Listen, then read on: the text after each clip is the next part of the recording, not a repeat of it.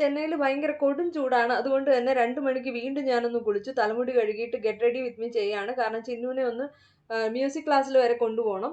ആദ്യമായിട്ട് ഞാൻ ഇടുന്നത് ഈ ഒരു സ്കിൻ കെയർ പ്രോഡക്ട്സും പിന്നെ ഡിയോഡറന്റും ഒക്കെയാണ്. ഭയങ്കര ചൂടാണ്. എന്തായാലും ഇതൊക്കെ അപ്ലൈ ചെയ്തിട്ട് എസിയിലാണ് ഇരിക്കേണ്ടത്. അതുകൊണ്ട് കുഴപ്പമില്ലാന്ന് വിചാരിച്ചു. ലിപ് ബാം ഒക്കെ അപ്ലൈ ചെയ്തു. അതിനുശേഷം കൺസീലർ ആണ് അപ്ലൈ ചെയ്യുന്നത്. ഒരുപാട് മേക്കപ്പ് ചെയ്യാനുള്ള ഒരു മൂഡില്ല. കാരണം എല്ലാം ഭയങ്കരമായിട്ട് ചൂടെടുക്കും. എന്നിട്ട് മേക്കപ്പ് ഒന്നും ഇരിക്കുകയില്ല ഫേസിൽ. എന്തായാലും കൺസീലർ കവറേജ് വേണ്ട ഭാഗത്തൊക്കെ അപ്ലൈ ചെയ്തൊന്ന് ബ്ലെൻഡ് ചെയ്തു. ഇത് നല്ല ഓറഞ്ച് ടിന്റ് ഉണ്ട് ഈ കൺസീലറിന്.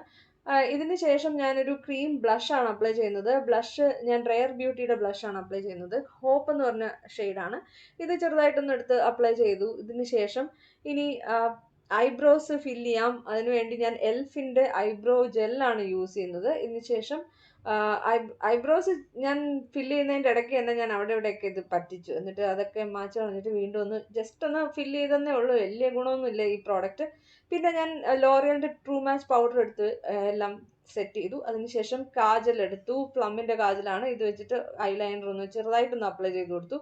അതിനുശേഷം നൈക്കയുടെ മദ്രാസ് കാപ്പി എന്ന് പറയുന്ന ഈ ഒരു ഷെയ്ഡാണ് അപ്ലൈ ചെയ്യുന്നത്. പക്ഷെ എനിക്ക് തോന്നുന്നു ഈ ഷെയ്ഡ് എനിക്ക് ചേരുന്നില്ലെന്ന് തോന്നുന്നു. കാരണം എന്താണെന്ന് വെച്ചാൽ ആകെ ഒരു ഭയങ്കര ഡൾ ലുക്ക് അല്ലേ. എന്തായാലും മുടിയൊക്കെ ഒന്ന് ചെറുതായിട്ടൊന്ന് ഡ്രൈ ചെയ്തു. ഫുള്ളായിട്ട് ഞാൻ ഡ്രൈ ചെയ്യാറില്ല. ജസ്റ്റ് ആ ഒരു നനവ് മാറ്റിയെടുക്കുന്ന രീതിയിൽ ചെയ്യുള്ളൂ. ചെറിയ സ്റ്റഡ്സ് ആണ് ഇടുന്നത്. എനിക്ക് അധികം ഒരുങ്ങാനുള്ള ഒരു മൂഡും ഇല്ല. ചിക്കൻ കാരി കുർത്തയാണ് ഇട്ടിരിക്കുന്നത്. ഇനി ഹെയർ സിറം എടുത്തിട്ട് ഹെയറിൽ നന്നായിട്ട് അപ്ലൈ ചെയ്ത് കൊടുത്തു. എന്നിട്ട് മുടി നന്നായിട്ടൊന്ന് ചീകിയെടുത്തു. ഇതിന് ശേഷം ഞാൻ റെഡിയായി. ഇത്രേ ഉള്ളൂ. ഇനി ഈ ചപ്പലാണ് ഇടുന്നത്. കാരണം മാച്ചിങ് ചെരുപ്പൊന്നും എൻ്റെ കയ്യിലില്ല.